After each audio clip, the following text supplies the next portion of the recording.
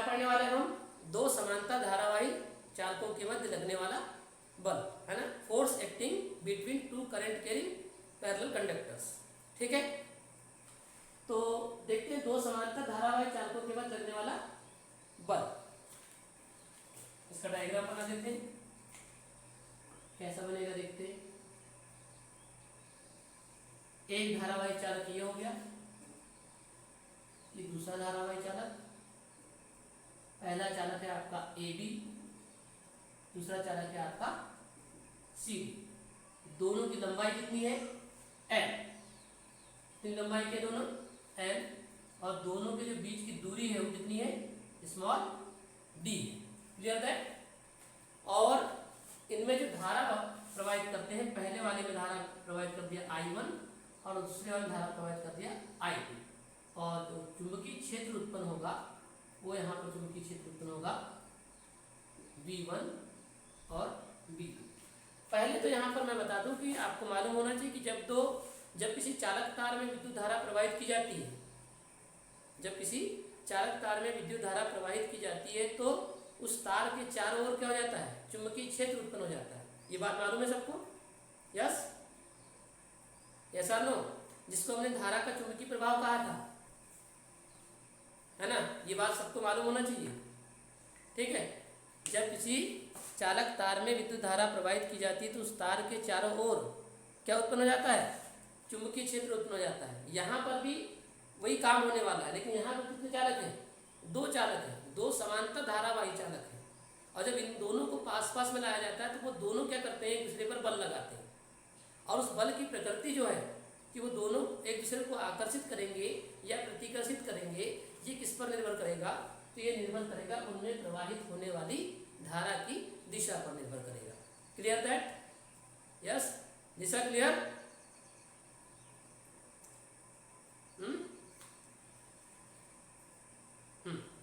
तो शुरुआत की जो हम लाइन लिखते हैं वो कैसे लिखते हैं? जब किसी चालक तार में विद्युत धारा प्रवाहित की जाती है तो उस तार के चारों ओर चुंबकीय क्षेत्र उत्पन्न हो जाता है। इस प्रकार जब दो समांतर धारावाही चालकों को एक दूसरे के समीप लाया जाता है तो क्या करते हैं? वो एक दूसरे पर बल लगाते हैं, एक दूसरे को क्या करते हैं? पर बल आरोपित करते हैं। और इस बल की प्रकृति आकर्षणात्मक होगी या प्रतिकर्षणात्मक होगी, ये किस पर डिपेंड करता है? ये डिपेंड करता है उनमें प्रवाहित होने वाली धारा पर। तो हमारे पास फिर दो प्रकार की कंडीशन बनती है, जब दोनों चालकों में धारा एक ही दिशा में प्रवाहित हो, और दूसरी कंडीशन होगी जब दोनों चालकों में धारा कैसी हो? विपरीत दिशा में क्या हो? प्रवाहित हो। ठीक है, तो पहले हम पहली वाली कंडीशन लेकर चलते हैं, जब दोनों चालकों में धारा एक ही दिशा में प्रवाहित हो। तो अभी आप देख रहे हैं कैसी है धारा, बताइए, एक ही दिशा में प्रवाहित है नहीं है? बोलिए। देखो, चालक ए बी, चालक सी डी, उन दोनों में धारा कैसी है? I1 भी ऊपर ही प्रवाहित हो रही है और I2 भी ऊपर ही प्रवाहित हो रही है। Clear that?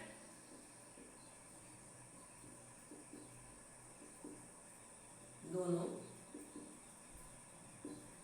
चालकों में धारा एक ही दिशा में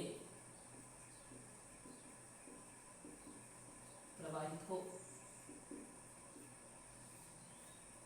ठीक जी, थ्योरी में क्या लिखेंगे? चित्रानुसार दो समांतर धारावाही चालक है ना, चित्रानुसार स्मॉल एल लंबाई, कितने लंबाई के?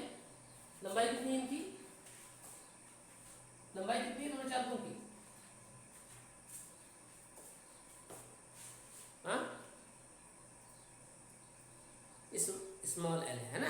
तो चित्रानुसार स्मॉल एल लंबाई के दो धारावाही चालक, दो समांतर रेखीय धारावाही चालक ऐसा भी बोल सकते हैं, या दो समांतर ऋजुरेखीय धारावाही चालक ऐसा भी बोल सकते हैं। ठीक है, तो चित्रानुसार स्मॉल एल लंबाई के दो समांतर ऋजुरेखीय धारावाही चालक ए बी व सी डी एक दूसरे के समांतर स्मॉल डी दूरी पर स्थित है। दोनों चालकों में क्रमशः धारा I1 व I2 प्रवाहित करने पर उत्पन्न चुंबकीय क्षेत्र की तीव्रताएं क्रमशः V1 और V2 है। अब इतना बोलने पर तो कोई दिक्कत नहीं है कि दोनों चालकों में धारा क्रमशः कितनी I1 व I2 प्रवाहित करने पर उत्पन्न चुंबकीय क्षेत्र की तीव्रता V1 व V2 है। तब से क्या कर देंगे? यहाँ पर स्टार्ट कर देंगे हम।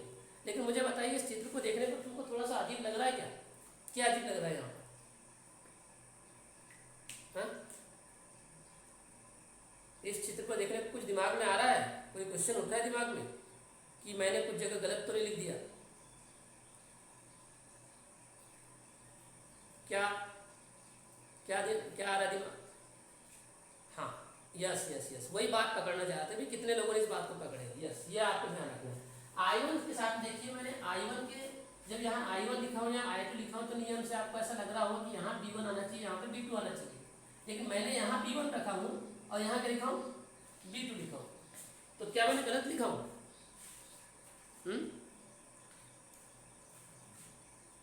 देखो, धारा जब किसी चालक तार में बहती है तो उसके चारों ओर चुंबकीय क्षेत्र उत्पन्न होता है। उस तार पर चुंबकीय क्षेत्र उत्पन्न नहीं होता, उस तार पर चुंबकीय क्षेत्र शून्य होता है। ये सिद्ध किए हमने, क्लियर दैट? मालूम है आपको, है ना? बायर-सेवर्ट के नियम में सिद्ध किए, ठीक? तो बायर-सेवर्ट के नियम में हमने सिद्ध किया कि तार के चारों ओर चुंबकीय क्षेत्र है, तार पर नहीं है। तो यहाँ एक्चुअली में कंडीशन क्या आप समझो। यहाँ पर क्या कंडीशन बन रही है? यहाँ कंडीशन ये बन रही है कि इस तार AB में आपने धारा प्रवाहित किया तो इस तार के चारों ओर क्या होगा? चुंबकीय क्षेत्र उत्पन्न होगा, और उस चुंबकीय क्षेत्र में ये दूसरा चालक CD रखा हुआ है। उस चुंबकीय क्षेत्र में दूसरा चालक CD रखा हुआ है। फिर उस CD के किसी बिंदु पर चुंबकीय क्षेत्र की तीव्रता कितनी है? B1 है। कि कौन सी धारा के कारण? कौन सी धारा के कारण? बोलिए, कौन सी वाली धारा के कारण? I1 धारा प्रवाहित करने के कारण चालक AB के चारों ओर क्या उत्पन्न हुआ? चुंबकीय क्षेत्र उत्पन्न हुआ। वो जो चुंबकीय क्षेत्र उत्पन्न हुआ, उस चुंबकीय क्षेत्र में आपने किसको रखा? CD को रखा, ठीक है? तो चूंकि उस चुंबकीय क्षेत्र में CD है, तब उस CD के किसी बिंदु पर चुंबकीय क्षेत्र की तीव्रता कितनी है? B1 है। बात समझ में आ रही है? ये बात समझ में आना चाहिए, तो गड़बड़ होगा सब। क्लियर हो गई बात? यस और नो? क्या हो रहा है? अभी नहीं है बात समझ में? देखो, यह है आपका चालक AB। मुझे बताइए, चालक तार पर चुंबकीय क्षेत्र होता है क्या? चुंबकीय क्षेत्र जो उत्पन्न होता है वो चालक तार के चारों ओर होता है कि चालक तार पर होता है? चारों ओर होता है। बात समझ में आ गई? मतलब इस I1 की धारा, इस I1 के कारण जो भी चुंबकीय क्षेत्र होगा वो उस तार पर होगा क्या? तार AB पर होगा क्या? नहीं होगा। वो कहाँ होगा? उसके आसपास होगा, उसके चारों ओर होगा। अब इस तार AB में जो आपने धारा प्रवाहित किया है, इसके चारों ओर क्या उत्पन्न हुआ? चुंबकीय क्षेत्र उत्पन्न हुआ, इस तरह से। तो अब वो जो चारों ओर चुंबकीय क्षेत्र उत्पन्न हुआ है, ये इतना बड़ा मान के चलिए, तो उस चुंबकीय क्षेत्र में जो भी चुंबकीय क्षेत्र उत्पन्न हुआ होगा, है ना, इसके चारों ओर इस धारा के प्रवाहित करने के कारण इसके चारों ओर, AB के चारों ओर जो चुंबकीय क्षेत्र उत्पन्न हुआ, उसमें कौन रखा है? उसमें कौन रखा है? उस चुंबकीय क्षेत्र में हमने किसको रखा? CD को रखा, ठीक है? और फिर उस, चूंकि वह चुंबकीय क्षेत्र में स्थित है, तो उस CD के भी किसी न किसी बिंदु पर क्या होगा? उस चुंबकीय क्षेत्र का प्रभाव पड़ेगा, तब उस बिंदु पर चुंबकीय क्षेत्र की तीव्रता कितनी है? B1 है। आप बात समझ में आई? क्लियर? यानी चुंबकीय क्षेत्र AB का है। वो क्षेत्र किसका? चुंबकीय क्षेत्र। चुंबकीय क्षेत्र AB का ही चुंबकीय क्षेत्र है, और उस चुंबकीय क्षेत्र में आपने किसको रखा है? CD को रखा है। तब उस CD के किसी बिंदु पर चुंबकीय क्षेत्र की तीव्रता कितनी है? B1 है। अब दिक्कत तो नहीं किसी को? ओके? वैसे उल्टा होगा। जब इसमें धारा प्रवाहित करेंगे, कौन से वाले में? CD में। चालक CD में धारा प्रवाहित करेंगे। चालक CD में जब धारा प्रवाहित करेंगे तो क्या होगा? अब इस CD के चारों ओर क्या होगा? चुंबकीय क्षेत्र उत्पन्न होगा, और उस चुंबकीय क्षेत्र में, किसके चुंबकीय क्षेत्र में? CD में I2 धारा प्रवाहित करने के कारण जो चुंबकीय क्षेत्र उत्पन्न हुआ है, इस CD के चारों ओर, उस क्षेत्र में किसको रखा हमने? किसको रखा? चालक AB को रखा, और AB पर चुंबकीय क्षेत्र की, AB के किसी बिंदु पर चुंबकीय क्षेत्र की तीव्रता कितनी? B2। क्लियर हो गई बात? अब तो नहीं लग रहा है कि हमने गलत लिखा? बोलो, ठीक है ना? मतलब वो B1 जो है वो किसका है? चुंबकीय क्षेत्र चालक AB का है, धारा I1 प्रवाहित करने के कारण। और B2 जो लिखा है वो किसका चुंबकीय क्षेत्र है? चालक CD का चुंबकीय क्षेत्र है। कौन सी धारा प्रवाहित करने के कारण? I2 धारा प्रवाहित करने के कारण। गुड। तो क्लियर है ना बात। पहले के चुंबकीय क्षेत्र में, पहले वाले चालक के चुंबकीय क्षेत्र में दूसरा चालक रखा हुआ है और दूसरे वाले चालक के चुंबकीय क्षेत्र में पहला वाला चालक रखा हुआ है। इतनी बात आपको अगर समझ में आ गई है तो हम आगे बढ़ते हैं। एक बार थ्योरी को फिर से पकड़ते हैं। चित्रानुसार स्मॉल एल लंबाई के दो समांतर धारावाही चालक ए बी और सी डी एक दूसरे के समांतर स्मॉल डी दूरी पर स्थित है। दोनों चालकों में क्रमशः धारा I1 व I2 प्रवाहित करने पर उत्पन्न चुंबकीय क्षेत्र की तीव्रताएं क्रमशः B1 व B2 है। तब अब लिखना है, तब चालक AB, तब चालक AB के कारण, चालक AB के कारण चालक CD के किसी बिंदु पर चुंबकीय क्षेत्र की तीव्रता B1। बात समझ में आ गई। सीधा लिखे हैं, देखो चालक AB के कारण चालक CD के किसी बिंदु पर चुंबकीय क्षेत्र की तीव्रता। तो चालक AB ये था, इसमें प्रवाहित धारा I1 है और इस I1 के कारण चुंबकीय क्षेत्र कितना है, चालक CD के किसी बिंदु पर कितना है, B1 है। तो सही लाइन लिखे हैं बिल्कुल। देखिए तब चालक, तो ये क्या करेगा, AB के कारण CD के, तो चालक AB के कारण चालक CD के किसी बिंदु पर चुंबकीय क्षेत्र की तीव्रता B1। और बताइए, आप लोगों ने एम्पियर के परिपथीय नियम में आपने क्या पढ़ा था, चालक के कारण, चालक एक ऋजुरेखी चालक के कारण चुंबकीय क्षेत्र की तीव्रता कितनी लाए थे आपने, बताइए। ये लाया था क्या आपने, μ0 अपॉन 4 इंटू 2I/r लाया था। हमारे पास दूरी कितनी है अभी बताइए, इस चालक से कितनी दूरी, यहाँ से तक की दूरी कितनी है, d है। तो क्या आ जाएगा, d। ठीक है, और धारा कौन सी प्रवाहित हो रही बताइए, कौन सी प्रवाहित हो रही है, I1। भाई इस I1 के प्रवाहित होने के कारण ही तो चुंबकीय क्षेत्र क्या उत्पन्न हुआ है, B1 उत्पन्न हुआ है। ठीक है, और ये सूत्र किसी को कोई डाउट, अनंत लंबाई के रेखीय चालक के कारण किसी बिंदु पर चुंबकीय क्षेत्र की तीव्रता का व्यंजक है। इसको हमने सिद्ध किया है एम्पियर के परिपथीय नियम के अनुप्रयोग से, एम्पियर के परिपथीय नियम की सहायता से। याद आ रहा है सबको, μ0 upon 4 into 2I1 upon d। Yes,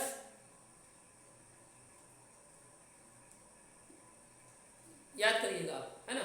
देखिएगा इसको कि ये सूत्र हमने सिद्ध किए इसके पहले, जब एम्पियर का परिपथीय नियम पढ़ा हमने तब इसको सिद्ध किया हमने। ठीक है, μ0 अपॉन 4 2I1 अपॉन d। क्योंकि धारा I1 के प्रवाहित होने से ही चुंबकीय क्षेत्र B1 उत्पन्न हुआ था, इसलिए B1 इक्वल टू आ गया μ0 upon 4 into 2I1 upon d। ठीक, अच्छा अब ये चुंबकीय क्षेत्र किस पर बल लगाएगा बताइए। अब थोड़ा सा दिमाग लगाइए। ये चुंबकीय क्षेत्र है B1, यानी इसके चारों ओर चुंबकीय क्षेत्र B1 उत्पन्न हुआ। अब चुंबकीय क्षेत्र B1 में कौन रखा है, बोलिए, इस चुंबकीय क्षेत्र B1 में कौन रखा हुआ है, कौन रखा है, CD रखा है ना। तो ये चुंबकीय क्षेत्र जो B1 है, I1 धारा प्रवाहित करने पर इसके चारों ओर जो चुंबकीय क्षेत्र उत्पन्न हुआ है B1, उसमें किसको रखा हुआ आपने, कौन स्थित है, CD, चालक CD स्थित है। तो इस चालक CD पर चुंबकीय क्षेत्र के द्वारा बल लगेगा कि लगेगा, हमने पढ़े समरूप चुंबकीय क्षेत्र में धारावाही चालक पर लगने वाला बल पढ़े हो।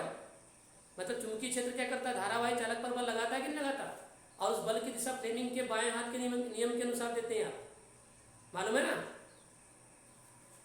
ठीक, वही लिखेंगे आप। अब चालक AB के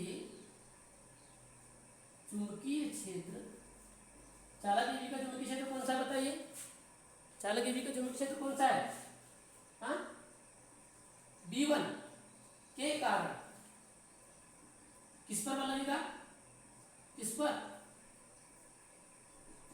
चालक CD पर लगने वाला बल F इज इक्वल टू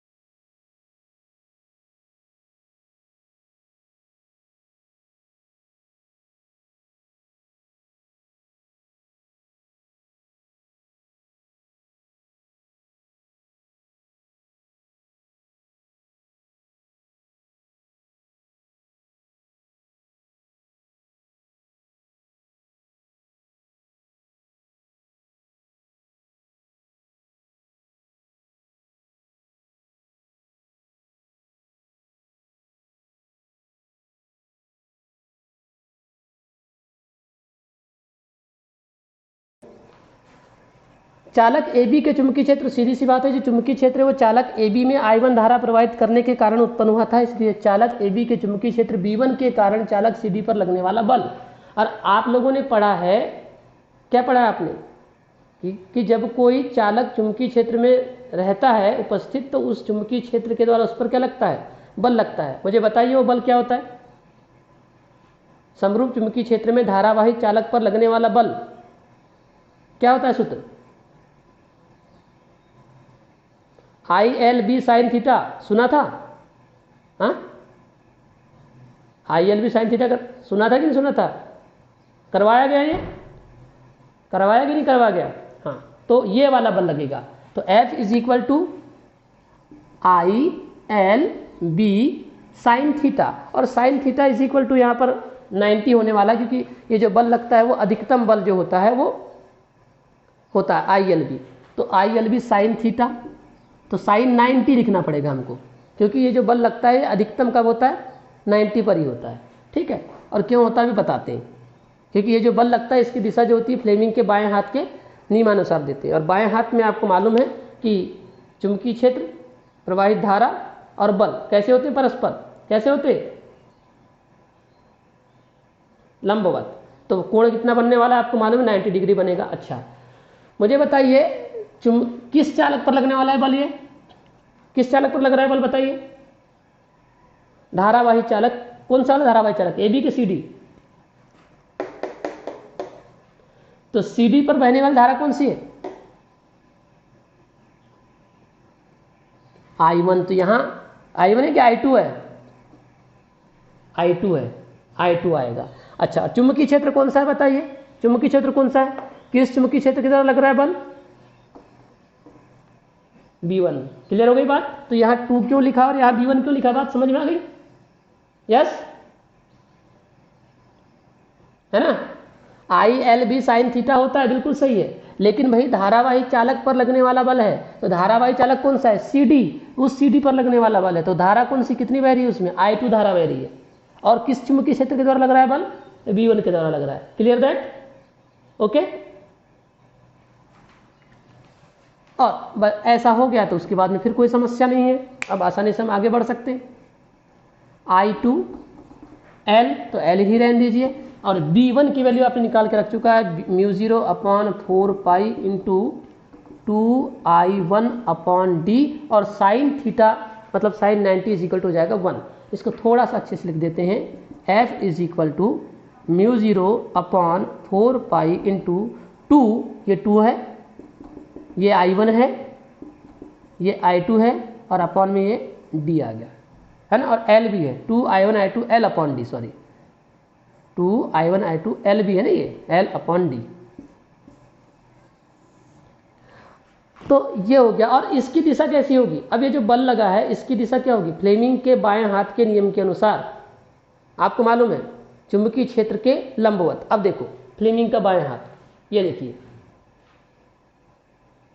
आपको मालूम है फ्लेमिंग का बाएं हाथ का नियम, बाएं हाथ के अंगूठी है ना, अंगूठे, तर्जनी और मध्यमा को इस प्रकार से फैलाएं कि तीनों परस्पर लंबवत हो, तब तर्जनी चुंबकीय क्षेत्र की दिशा को प्रदर्शित करे, मध्यमा विद्युत धारा की दिशा को प्रदर्शित करे, तो अंगूठा चालक पर लगने वाले बल की दिशा को क्या करता है, प्रदर्शित करता है। तो ये तर्जनी चुंबकीय क्षेत्र को बताएगी, ये जो मध्यमा है ये विद्युत धारा की दिशा को बताएगी, ठीक है, और अंगूठा है वो क्या बताएगा, बोलिए, अंगूठा बल की दिशा को किसको बताएगा, अरे तर्जनी चुंबकीय क्षेत्र की दिशा, मध्यमा विद्युत धारा की दिशा को प्रदर्शित करे, तब अंगूठा क्या बताता है, चालक पर लगने वाले बल की दिशा को बताता है। तो अब देखो बल की दिशा निकालना चाहते हैं हम, तो देखिए अब मेरे हाथ को देखिए इस तरह से, मुझे बताइए मेरी तर्जनी किस ओर है, तर्जनी किस ओर है, ये देखो तर्जनी तो अंदर की ओर बोर्ड के, और मध्यमा किस ओर है बताइए, ऊपर। तो देखो धारा ऊपर बह रही कि नहीं, I2 बह रही है, तो धारा जब I2 ऊपर बह रही है तो बल किस तरफ लगा है, ये अंगूठा इस तरफ दिख रहा है, हाँ ये देखिए अंगूठा इस ओर है, तो ये बल की दिशा हो जाएगी, तो ये बल की दिशा हो जाएगी आपकी, ये हो जाएगी बल की दिशा इस तरह से, एफ। समझ गए? तो किसके किसके लंबवत है बल बताओ? चालक सीडी के लंबवत है कि नहीं? और किस ओर है? किस ओर है? ए बी की ओर है। देखो चालक सीडी के लंबवत ए बी की ओर। तो फ्लेमिंग के बाएं हाथ के नियमानुसार अगर धारा I2 ऊपर बह रही, देखिए धारा I2 जब ऊपर बह रही है तो चुंबकीय क्षेत्र हो गया इस बोर्ड के अंदर, मतलब कागज तल के लंबवत नीचे की ओर। और ये देखिए अंगूठा जो है वो इस ओर लग रहा है, मतलब ये बल इस ओर लगेगा। और इसका मतलब ये हो कि चालक सीडी के कैसा लग रहा है? ये बल कैसा लग रहा है? चालक सीडी के लंबवत लग रहा है। और किसकी ओर लग रहा है? किसकी ओर लग रहा है? ए बी की ओर लग रहा है। तो हम यही लाइन लिखें, तो यही लाइन हम यहाँ पर लिखने वाले हैं कि इस बल की दिशा जो हमने बल निकाला है F = μ0/4π 2I1I2L/d, है ना। इस बल की जो दिशा होगी फ्लेमिंग के बाएं हाथ के नियमानुसार, फ्लेमिंग के बाएं हाथ के नियमानुसार चालक सीडी के लंबवत चालक ए बी की ओर होगी, है ना।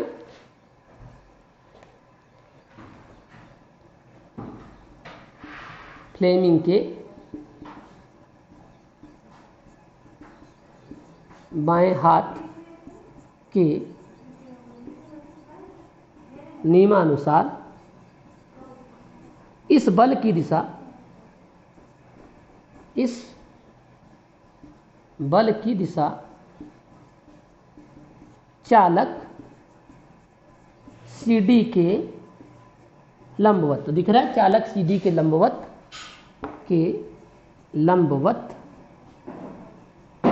ए बी की ओर होगी। ठीक, अच्छा इसी प्रकार चालक सीडी के द्वारा भी बल उतना ही लगेगा। अब देखो ये तो किसके कारण लगा? चालक ए बी के कारण चालक सीडी पर लगने वाला बल था। अब भाई वैसे ही यहां पर क्या होगा? अब चालक सीडी भी क्या करेगा? चालक सीडी भी क्या करेगा? चालक ए बी पर क्या करेगा? बल लगाएगा। और वो भी बल इतना ही होगा, क्योंकि आप क्या बदलेंगे यहाँ? μ0/4 पे आप बदल नहीं सकते। 2I1I2 दोनों आ चुके हैं, लंबाई दोनों की कैसी है? समान है L, दोनों के बीच की दूरी D कैसी है? वो भी समान ही है। तो आप कुछ बदल सकते हैं क्या? तो बल उतना ही होगा। तो चालक AB के द्वारा चालक CD पर लगने वाला बल इतना आया। अब चालक CD के द्वारा चालक AB पर भी जो बल लगेगा वो भी कितना होगा? इतना ही होगा। Clear that? बात समझ में आ रही है? तो इसी प्रकार लिख देते हैं, इसी प्रकार चालक CD के द्वारा, ये था AB के द्वारा CD पर, अब इसी प्रकार चालक CD के द्वारा चालक AB पर लगने वाला बल भी F = μ0/4π × 2I1I2L/d ही होगा। और इसकी दिशा चालक AB के लंबवत CD की ओर होगी। ठीक, चालक AB के लंबवत कैसी होगी? CD की ओर। देखो कैसी होगी, मैं बताता हूँ आपको। ये देखिए फ्लेमिंग का बाएं हाथ का नियम फिर से लगा। ये देखिए अब ऐसा रहना पड़ेगा मेरे को। ये देखिए तख्ते नहीं बन रहा है। ये देखिए हाथ दिख रहा है मेरा, ये इस तरह से। तो बताइए ये क्या है? धारा है ना, ये धारा है। तो देखो जरा, ये धारा ऊपर की ओर बह रही कि नहीं? I1, ये देखिए मेरी मध्यमा है ऊपर की ओर। ठीक, मध्यमा ऊपर की ओर है ना। तो देखो ये मध्यमा ऊपर की ओर, तो ये धारा I1 भी कैसी है? ऊपर की ओर है। और ये चुंबकीय क्षेत्र बाहर की ओर आपकी तरफ। तो ये देखिए अंगूठा किधर जा रहा है? अंगूठा जा रहा है इस तरफ। यस, क्लियर है? तो ये देखो अंगूठा इस ओर है, तो अंगूठा इस ओर मतलब इस पर बल किधर लगेगा? ये इधर लगेगा बल। समझ गए? तो बताइए जो बल लगा है, ये जो बल लगा है ये कैसा है? AB के लंबवत है कि नहीं बताइए? हाँ, AB के लंबवत है, किस ओर है, CD की ओर। ये तो लिखा हूं, देखो बल इतने होगा और इसकी दिशा AB, चालक AB के लंबवत CD की ओर। तो देखिए चालक AB के लंबवत किसकी ओर, CD की ओर। समझ गए? यस। और यदि अब देखिए, अब चालक AB के द्वारा CD पर लगा बल, उसकी दिशा इस ओर। चालक CD के द्वारा AB पर लगा बल इस ओर, मतलब चालक AB चालक CD को इधर खींच रहा है और चालक CD चालक AB को क्या कर रहा है, इधर खींच रहा है। तो मुझे बताइए दोनों चालकों के मध्य बल कैसा होगा, आकर्षणात्मक होगा कि प्रतिकर्षणात्मक होगा? बोलिए। आकर्षणात्मक होगा, बिल्कुल भाई। ये वाला जो बल है ये क्या है, AB के कारण CD की ओर, CD पर लगने वाला बल। और कैसा लग रहा है ये, CD के लंबवत AB की ओर, मतलब चालक AB ने CD को अपनी ओर खींचा इस बल के द्वारा। वैसे ही CD के द्वारा AB पर जो बल लगा वो F है, और वो किस ओर है, AB के लंबवत CD की ओर, मतलब चालक CD किसको खींच रहा है, AB को खींच रहा है। तो उन दोनों के बल कैसे, उन दोनों के बीच कौन सा कैसा बल लगेगा, आकर्षण बल लगेगा कि प्रतिकर्षण बल लगेगा, बताइए। आकर्षण लगेगा। तो देखिए, तो वो कैसे हो जाएंगे फिर चालक, वो चालक कैसे हो जाएंगे, जो चालक आपके सीधे थे अब ऐसे हो जाएंगे, ठीक है। ये सीधे चालक थे पहले, है ना, इस तरह से, इस तरह से थे। अब कैसे हो जाएंगे, ये इसको एक दूसरे को खींचेंगे तो ये ऐसे हो जाएंगे, ये ऐसे चिपक जाएंगे। तो वो चित्र मैं यहाँ बना रहा हूँ, ठीक है। ये देखिए, ये चालक AB और ये चालक CD, और इसमें धारा प्रवाहित कर दीजिए। धारा प्रवाहित करना, इसमें ऊपर की ओर धारा प्रवाहित करना I1, तो सीधी सी बात है जो सेल होगा उस सेल का प्लस नीचे रहेगा और माइनस ऊपर रहेगा। ये हो गया माइनस, ठीक। ये देखिए, तो सेल के द्वारा धारा प्लस से माइनस, ये देखिए ऊपर बह रही है, ये बह गई ऊपर। वैसे CD में भी धारा कैसी प्रवाहित करना है, बताइए। CD में भी धारा आपको ऊपर ही प्रवाहित करना है ना। तो सेल का प्लस नीचे रहेगा, माइनस ऊपर रहेगा। ये देखिए धारा I2 बह गई ऊपर की ओर। और CD ने AB पर, AB ने CD पर बल लगाया इस तरह से, ये बल F, ये ठीक। तो दोनों क्या करेंगे, एक दूसरे को कैसे करेंगे बताइए, आकर्षित करेंगे। तो यहां नीचे में लिख देंगे, इस प्रकार स्पष्ट है कि दोनों चालकों के मध्य बल कैसा होगा, आकर्षणात्मक होगा। कैसा होगा, आकर्षणात्मक। यस, ठीक है ना।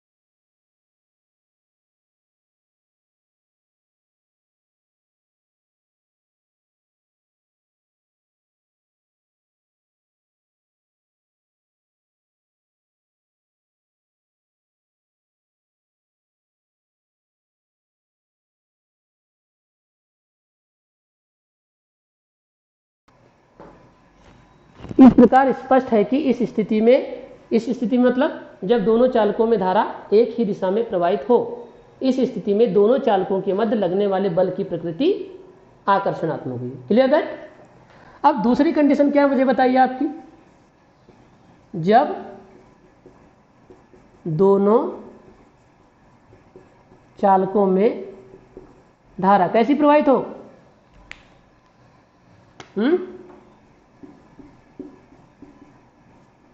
विपरीत दिशा में प्रवाहित हो। इसको भी देख लेते हैं, है ना? वही स्थिति बनेगी। ये चालक ए बी और ये चालक C D, A B C D, इसमें धारा प्रवाहित I1। अब ये धारा I1 ऊपर है और धारा I2 कैसी है? बोलिए, नीचे। और चुंबकीय क्षेत्र वही आपका यहां पर B1 और यहां पर B2। लेकिन अब जो बल लगेगा देखो जरा, आप बल देखिए आप, ये देखिए, ये मैंने देखो, बताइए मेरी मध्यमा जो है किधर है? बताइए, मध्यमा किस ओर है? किस ओर है मध्यमा? ये नीचे की ओर। और धारा कैसी बह रही है? I2 बह रही है नीचे। तो अंगूठा किधर जा रहा है बताइए? इस ओर के इस ओर जा रहा है। तो बल कैसा लगेगा? अंगूठा इस ओर है ना, तो बल इधर लगेगा ना, लगेगा इधर बल। वैसे इसमें, अब वैसे इसमें देखिए, ये देखिए मध्यमा किधर है? धारा प्रवाहित की दिशा के ओर है ना मध्यमा। देखो ये मध्यमा I1 ऊपर की ओर, तो अंगूठा किधर? इधर बाहर की ओर। तो बल कैसा लगेगा इस पर? इधर लगेगा। समझ गए? बात समझ में आ रही है? तो चालक ए बी क्या कर रहा है? चालक ए बी क्या कर रहा है? चालक सीधी पर बल तो लगा रहा है। चालक ए बी चालक सीधी पर बल लगा किधर? इस तरफ। मतलब क्या कर रहा है वो? उसको धकेल रहा है कि खींच रहा है? धकेल रहा है। वैसे ही क्या कर रहा है? सीडी भी ए बी पर बल लगा रहा है, लेकिन किधर? अपनी ओर के बाहर की ओर, बाहर की ओर। ये क्या कर रहा है? इसको उधर धकेल रहा है। तो मुझे बताइए, जब दोनों एक दूसरे को धकेलेंगे तो कैसी स्थिति बनेगी? आकर्षण वाली बनेगी कि प्रतिकर्षण वाली? यानी ऐसे रखे हुए थे, अब दोनों एक दूसरे को धकेलेंगे तो ऐसा बन जाएगा। समझ गए? चित्र ऐसा था, ऐसा हो जाएगा, क्योंकि दोनों एक दूसरे को क्या कर रहे हैं? धकेल रहे हैं। ये बोल रहा तू उधर जाओ, ये बोल रहा तुम इधर जाओ। ठीक, तो जो चित्र बनेगा वो इस तरह से बनेगा, ऐसा, ये है ना। और पहले वाले चालक में ये पहला चालक ए बी है आपका, दूसरा चालक आपका सी डी है। तो इसमें धारा आपको I1 ऊपर की ओर प्रवाहित करना है, तो सीधी सी बात है, प्लस नीचे रहेगा, माइनस ऊपर रहेगा, ये है ना।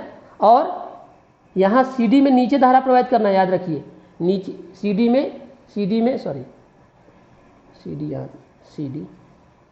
में नीचे धारा प्रवाहित करना है। तो नीचे धारा प्रवाहित करना है, तो सेल का धनात्मक सिरा कहाँ रहेगा?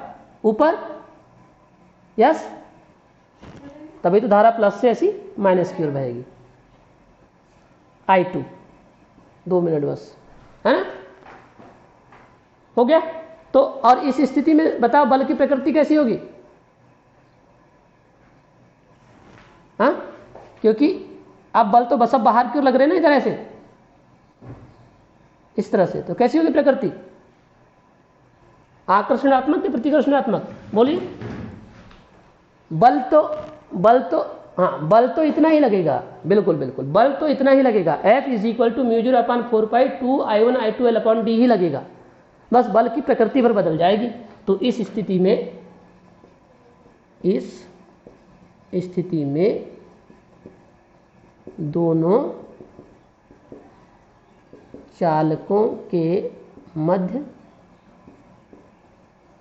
लगने वाले बल की प्रकृति कैसी होगी? प्रतिकर्षणात्मक होगी। Yes, clear? क्लियर है सबको? चलो, तो कोई डाउट है क्या इसमें, बताइए आप। No doubt?